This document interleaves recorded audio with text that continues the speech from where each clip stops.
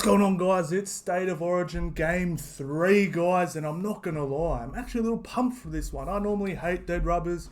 I didn't care about this game at all, but now it's only a couple of days away. I'm pretty amped, man. I'm pretty amped. I'm not going to lie. There's something about Origin that brings it out in you, but I am just praying. I'm praying more than anything, even more than my punts hitting, that just no players get injured in this game. It would be so unfair to, the Cowboys, Parramatta, the Panthers going for greatness, going for 3 in a row. If they lose key players here over a game, that in the grand scheme of things doesn't matter. I mean, the only people that care about a State of Origin game, dead rubber, is the players, obviously, in the team that wins. Like, no one else really cares. Like, let's be real. Like, it's a dead rubber. But nonetheless, it's a high-quality game of rugby league, and we love that sort of stuff. So let's get into it. So I'll go over my punts, guys. I'll go over the team list really quickly, who I think's going to win. My punts, obviously, just go over the selections and all that sort of stuff. I'll try and keep it pretty quick, guys. We don't need to ramble on here for too long, but we'll go over the team list first, then my punts. So obviously, look at these ins and outs for New South Wales. God damn, it's absolutely insane. And obviously, the only two of Queensland are forced changes, so through injury. And I will defend Freddie a little bit here. He has had, Billy Slater's had a much flatter wicket to bat on. He's had a couple of just minor, they're key changes, but it's just one in, one out. It's all sweet. No real, panic stations and stuff like that. Whereas Freddie has had plenty of injuries. He's had players drop out during camps, all that sort of stuff. But having said that, not a fan of a lot of his changes. All right, so Teddy keeps his spot. To'o's there, Crichton's there. Bradman Best was obviously the strange one. Cody Walker comes in. I do like that. Mitchell Moses, Big Gerbo. Obviously, I would have had him in from game one if he was available, but he hasn't been. Campbell Gillard comes in as well. Damien Cook on the starting team. We're not too sure if it'll stay like that. We've got Liam Martin, who should have started from game one. Kula Matangi and Cam Murray in as well. So, and then Isaiah Yeo goes back to the bench. Saifidi for some reason comes in, and Reece Robson on the bench, and Clint Gutherson on the bench as well. Now, for Queensland, business as usual. Brimson comes in. We don't need to go through the whole team because it's the same. And Corey Horsburgh comes in for Flegler. So there you go. What do you guys think? Let me know. Drop it in the comments. Who's winning this? I want to see anytime try scorers, overs, unders, all that good stuff, guys. Drop them in the comments. I'd love to see them. Now, for my not any times, but just my punts for the game, I'm steering away from the head-to-head, but I will give my prediction on it. But for my try scorers, I'm going To'o and Fafita. I boosted it to 820. It's juicy, man. Juicy. I've got New South Wales to score first and lose, 460. I've got Queensland to score the last try, $8.82, and I got first try to be 8 minutes or later. So they're my punts I got down, guys. Now, before I do the head-to-head, I just got to cream this team for a second, and just not cream it, but just it's just strange. Like, I did a TikTok video on this before game one, and 98% of people agreed with what I was saying, but some didn't. But let me break it down for you a little bit more, and what's gone wrong with, what I actually think has been wrong with the New South Wales selecting process for 4 years. But I think, obviously, New South Wales won a couple series in there as well, but it was more, I think their talent pool was so deep back then and Queensland was so shallow that it didn't matter. So New South Wales won a couple series anyway. However, I've heard Freddie say this, I've heard Joey say this, I've heard Trent Robertson say this, I've heard Brandy say this. They say, pick your best 17 and find positions for them. And that's just so wrong, and been proven to be wrong in every single sport on earth. Like, it doesn't work like that.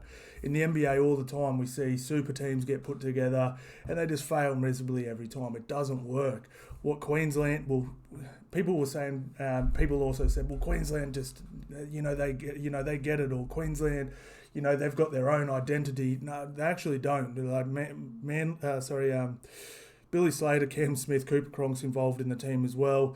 They've never coached anywhere else. They've never played anywhere else other than Melbourne. Cooper Cronk obviously did a couple of years at the end of his career, but they've implemented that you have a game plan, every player has a job to do, and you do it well. And if you do that well, you'll either win the game or you'll be damn close to win the game. Or if you just get completely outplayed by a team, it happens. But you stick to your principles and you grind it out, and you're going to win more games than you lose like that. And in State of Origin, if you win more games than you lose, you win the series. It's only 3 games.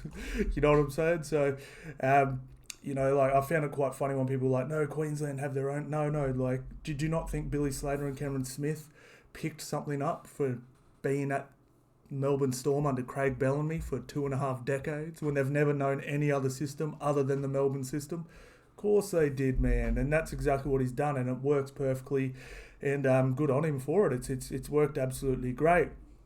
Like, if you look at this team here, like I just off the bat, I genuinely think Queensland should win this game. But if you look at the talent pool, if you look at the players, just like match them up head to head, 1-on-1. Like, there's no real discretion. It's not like the Queensland players are so much better than New Zealand. Like AJ Brimson, even Teddy's been down. You can compare their stats. They're not.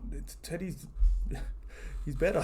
You know what I mean? And even the Queensland players that, maybe they are better than the New South Wales counterpart, it's not like they're substantially better. Like, let's go. Like, Xavier Coates on To'o. Like, you're going to sit here and tell me Xavier's way better than To'o? Of course he's not. Val Holmes on Crichton. Of course not. He's not way better. This is a bit of a mismatch. I genuinely have Hammer being a far superior player than Bradman. Tuolungi on Carr, even though Carr's had a bit of a down year, so is Tuolungi, but, you know what I mean, not substantially better. Cam Munster, again, I have him better than Cody Walker, but he's not substantially better. If you want to go Cherry Evans or Moses, of course he's not substantially better. Ruben Cotter on Jake, of course he's not. Again, Harry Grant, is he better than Damien Cook? Yeah. Is he substantially better? Nah. Tino, yeah. Is he better than RCG? Yeah, of course. Is he substantially better? Not really. Liam Martin, David Feeder, like, you get what I'm saying? There's only one real substantially different mismatch we've seen in this, and in game 2 last game, and game 1 and before that. But the thing is, they have jobs, they do them, and it gets done.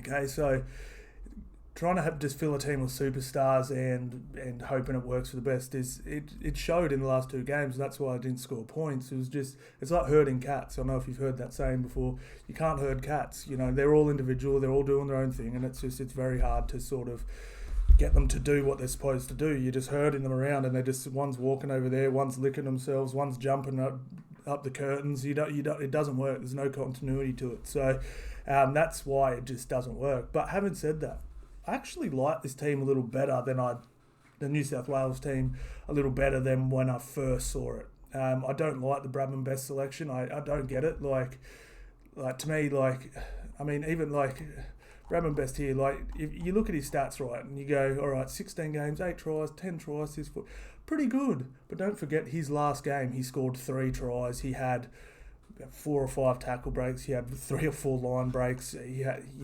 all his try assists, everything. Sorry, his try assists, I think he had 2 or 3. So if you actually remove that game, 5 tries, 7 try assists, 35 tackle breaks, and 4 line breaks.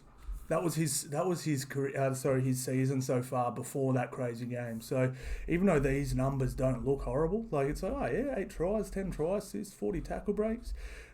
A chunk of these came in one game where he played the Bulldogs, where they did not tackle. Like, they didn't tackle. They missed more tackles than any club has this year, and I dare say in a very long time as well. It was an awful performance, and like, just to put in perspective, like Will Penasini, I'm not saying I would have selected him, but it's not like he was even in the murmurs for selection or anything like that. But his numbers are, like 7 tries, 7 try assists, 50 more tackle breaks, more line breaks, like more meters, everything, and you know what I mean. Like, so like he's not even close to a guy like Will Penasini, and you get what I'm saying? Like, why? I honestly feel like sometimes Freddie just watches the games on the weekends. Like, oh, Pangai Jr. had a good game yesterday. We'll chuck him in.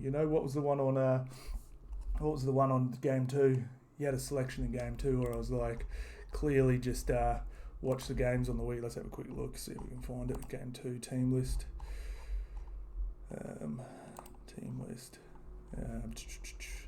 Who was there was someone in here with Mitchell Moses. Like he had been playing good all year, but it was like, Mitchell Moses carved up the doggies. We'll pick him. You know what I mean? It's like, bro, come on, man. Like, Nico Hines had been carving up all year, like for 2 years, sort of thing.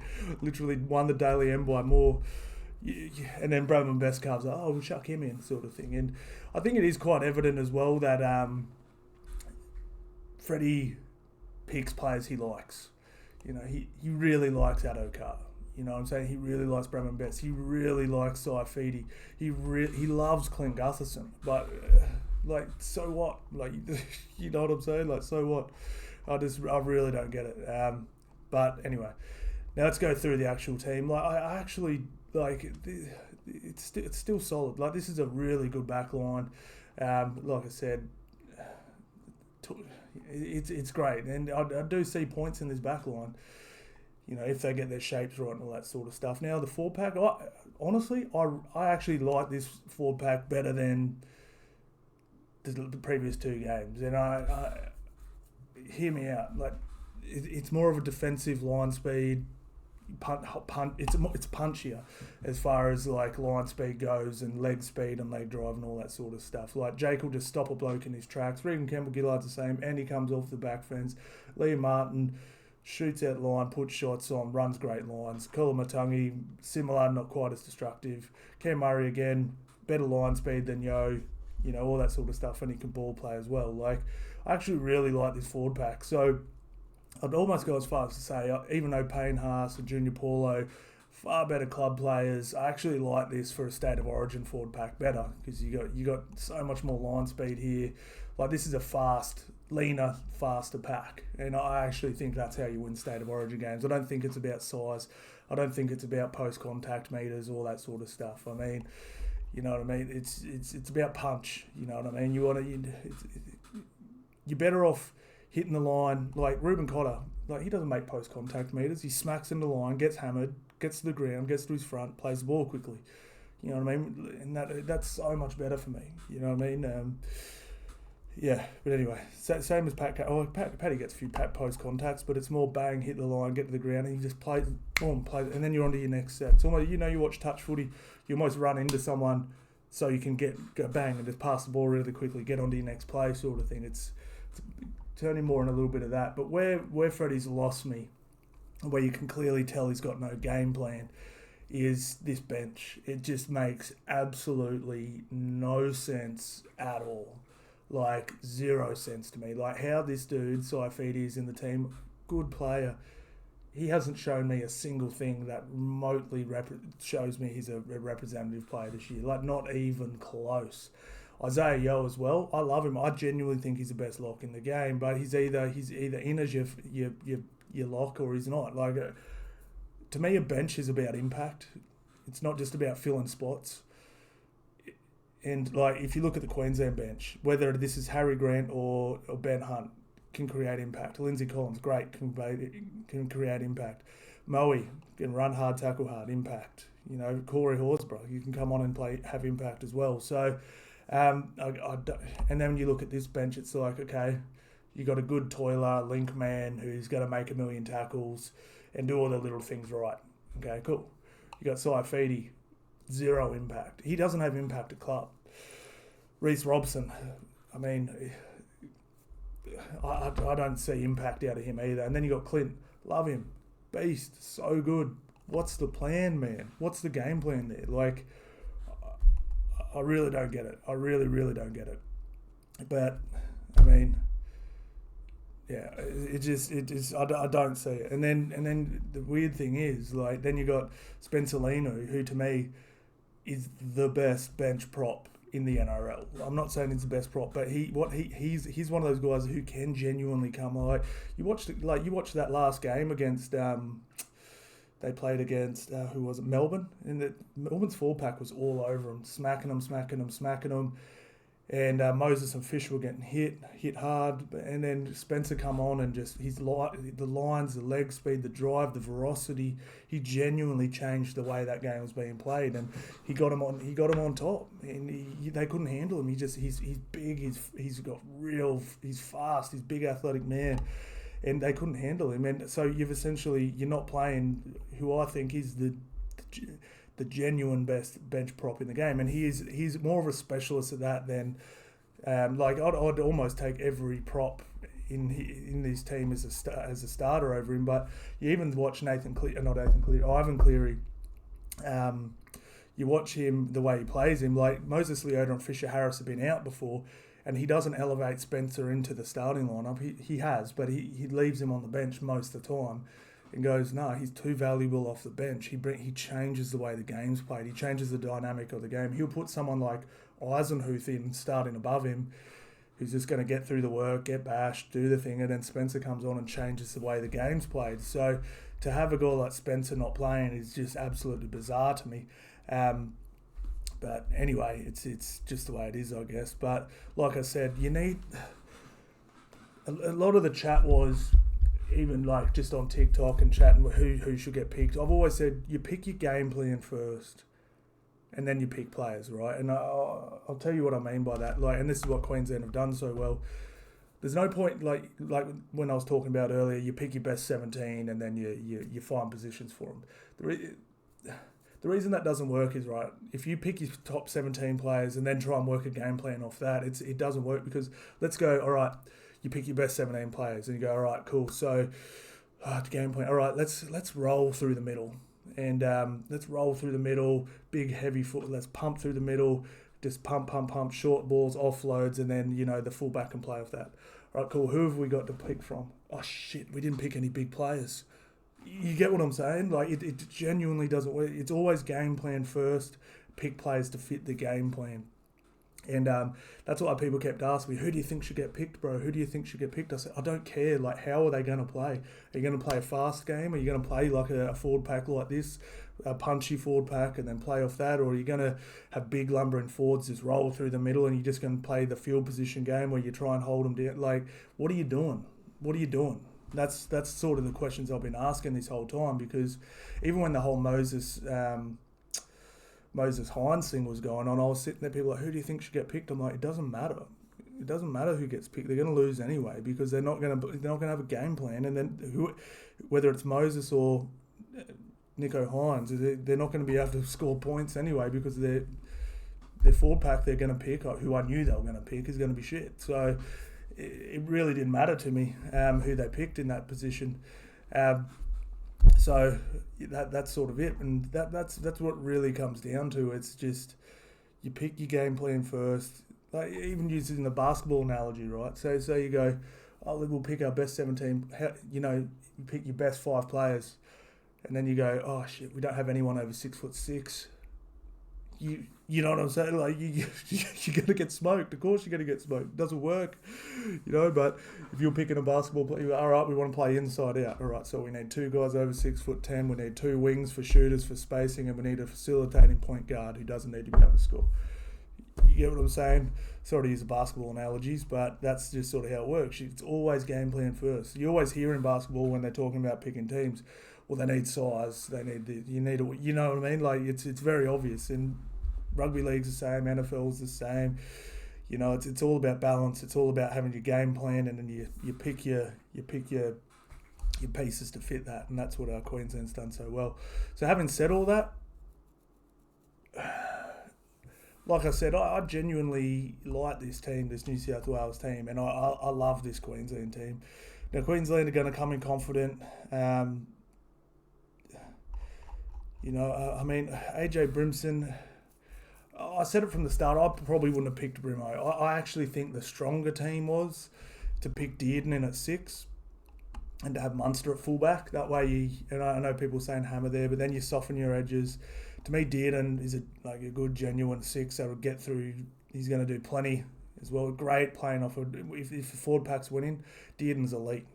And if this forward pack can get on top, which it very much could, because it's much bigger, much stronger, much mobiler, then Dearden would do just fine in there. And then you have Munster floating out the back, just getting involved when he feels like it. I mean, Brimson's even like just straight up. And this proves another point, sort of thing. What I've been saying, I've been giving Brimson raps this year. I think he's been really good, but I've been saying he's almost like he's shaped as a bit like a Clint Gutherson. You know what I'm saying? Like, I'm like, one day he could be, you know, as good as Clint Gutherson sort of thing. But I can tell you now, we're going to be talking about what a great game AJ Brimson had and what a terrible game Clint Gutherson had, because Clint's going to be sitting on the bench not knowing what he's going to be doing in the game. He doesn't have an idea. He's just going to be sitting there going, am I just feeling an injury? Am I going to come on for Teddy? Am I going to come in and play centres? What's going on here? He won't have a clue what's going on. And, like, you know, you can compare their stats, man. Like, it's not close. Like, you know what I mean? Like Clint's been far superior. Oh, that's where we got AJ here. I mean, they're not close. I mean, 2 tries for AJ, 8 try assists, 39 tackle breaks, 6 line breaks. And if we go to Clint Gutherson, you know, 15 tries, 9 try assists, 47 tackle breaks, 12 line breaks. Yeah, it's not close. Like, Clint is a far better player than Brimson, but I'm telling you now, we're going to be talking about what a great game Brimson had and what a bad game Gutherson had after this game, because Gutherson doesn't have, like, how is he going to be used? And that was actually quite funny. I saw an interview with Freddie, and why'd you pick Clint Gutherson? And what he said was true. He's like, look, he's been the best player in the league. If you actually look at his stats over the last month, he's been one of the best players. He's definitely been statistically one of the best players over the last month. He's been absolutely brilliant, him and Drinkwater. But he literally didn't give an answer. He's just like, well, you know, and just, I'm like, he doesn't even know why he picked Clint other than he likes him. He's been playing really good lately. That's why he picked him. Like, Clint Gutherson is the team because he's in the team because he's just been killing it. That's it. Like again, like, man, if you want to pick him, cool, but you got to boot Teddy. You know what I mean? It's bizarre to me, and like, when they pick the same amount of fullbacks as props. I mean, you know, like, Gerbo's not a full-time prop.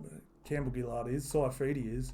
So you know what I mean? You've literally got the same amount of fullbacks as prop. It's weird. And it's clear that Freddie just really does. Even some of the stuff Freddie's done this series, where you like, the stuff he says, you're like, bro, that's just like, normally you hear something like a coach explain something, you go, oh, I don't really agree with it, but I get it. Or, yeah, you're probably right, you can't cover all that. But I heard him say once, so obviously Turbo went down in both games, and you heard him say, well, you can't cover every position. You can't cover every position. And I was just sitting there going, are you kidding, man? Like, obviously you can't cover every position, but let's just solve that Turbo problem for 1 second, which I was saying from before game 1. Okay, Matt Burton. Okay, let's name some positions Burton couldn't cover. All right, fullback, yep. Wing, yep. Centre, yep. He literally Dally M Centre of the Year. Yeah, so wing again, yep. 6, yep. He's been playing it all year. Played it yesterday, killed it. 7, yep. Probably not. Hooker, could he pass the ball off the ground for a little bit? Probably. Would he be good at it? Probably not. But could he do it? Yeah. Second row, he's a big boy, of course. It's lock, cool. Yeah. So let's say he can't cover these 3 positions here. You've covered 10 of 13 positions with one player, and you're sitting there saying, well, it can't be done. Yeah, it can, bro. Matt Burton literally could have covered Matt Burton would have solved every single problem, and he wouldn't recognise it. It's just, Turbo went down twice. Matt Burton would have slotted in there both times and done a great job. So I really don't understand. I really, really don't understand what he's been doing here. And I just have can you imagine if RCG goes down in this game? Imagine if RCG goes down, it gets, say, a head knock or something, and can't return to the game, and you've got Jake Tavoyevich and Jacob Saifidi playing the full game at prop. Like, what are you doing, bro? What are you doing with no coverage? Oh, Freddie, you suck, bro. You suck, bro. Get off the mushies. And but then, yeah, you look at Queensland team. I mean, look, it's not fully covered, but you know what I mean. It's much better covered. But anyway, guys. So as far as head-to-heads go, I mean, my actual prediction for it, like, I genuinely think the Blues can win this game. I don't think it's as like if you're talking to people, especially Queenslanders, it's a lock. I don't think it's a lock. It's a game of rugby league, and there's, like I said, there's a ton of talent in both teams, sort of thing. But I just put it this way: let's say there's no injuries, there's no bad calls, there's no bounce of the ball. That's just going all one way, and it's just an even kilter. I just see this Queensland team winning by probably less than 12, maybe less than a 10 as well. However, I just feel like the things will go their way. Not things will go their way. I just feel like too much can go wrong with this team, and I just feel like not enough can go wrong with that team. So I'm just going to go Queensland. I'm not going to give a 1 to 12 or 13 plus, but I've said Queensland will win the last two. I sort of see something, not having to go catastrophically wrong, but I feel like New South Wales are going to need a couple of good calls. They're going to need luck in the sense that they don't have any injuries. They're going to need a bounce of the ball to go their way, stuff like that. That's how I see New South Wales winning. I genuinely think they can win the game, but I feel like they're just either going to have to win the penalty count. They're going to have to, you get what I'm saying? They're going to need a little something just to get their confidence up early, you know what I'm saying? Because, let's just say they get a couple nice penalties early, they get a couple try, a bounce of the ball goes their way, and they're up 12-0 20 minutes in, or it was 14 points, 20 minutes in. Then I feel they're good enough to hold that lead and carry on and be confident and do their thing. But yeah, I don't. If that happens to Queensland and Queensland are up 14-0 early and things are going their way, it could be 50-0. You get what I'm saying? So that's sort of the difference I see. It could really happen that way. I feel if things go this team's way, Jesus Christ, it could get ugly. Whereas if things go this team's way as far as calls and bounces of the ball and stuff like that, I see a 24-18 victory, if that makes sense. And that's sort of how I see the game going. But yeah, I'll tip Queensland here. I won't be touching 1 to 12s or 13 pluses. It's too erratic. But yeah, I'll go with that and let's roll with it. Bring it on, man. Bring it on. Let's go. State of Origin Game 3. But like I said, I'm just really, really want this to be a good game. I don't care who wins. I just want it to be a good competitive game. And I'm praying to God that no one gets injured in it. That's the main thing I'm hoping from this game. I really don't want to see the Cowboys not get a fair shake this year. I really don't want to see Parramatta get a fair shake this year. I really don't want to see the Broncos and the Panthers not get a fair shake this year because they lose players in a dead rubber. And that's my takeaway from this whole thing. So let's get this thing on. Let's get this show on the road. Thank you all so much for watching, guys, and I'll see you on the next one.